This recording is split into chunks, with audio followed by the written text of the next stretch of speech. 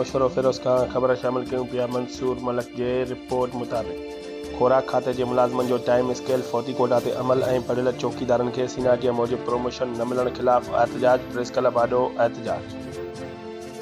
उन मौक़े ते फौजी एम्प्लॉइज़ फेडरेशन सिंध जे सदर जावेद यूनुस, राजपर महमद गोपांग ऐं गुल महमद ऐं ॿियनि चयो त फौजी खाते अंदरि अंधेर नगरी चरबट राजा जो कानून हली रहियो आहे। हिक पासे करप्शन में मुलविस आफ़ीसरनि जा प्रोमोशन कया विया आहिनि ऐं उन्हनि खे मुख़्तलिफ़ सेंटरनि ते रखियो वियो आहे, पर अफ़सोस जो खाते अंदरि 24 कलाक ड्यूटी ॾींदड़ पढ़ियल लिखियल क्वालिफाइड चौकीदार, पटेवालनि, ड्राइवरनि समेत नंढनि मुलाज़मनि खे प्रोमोशन बि न पिया ॾिना वञनि।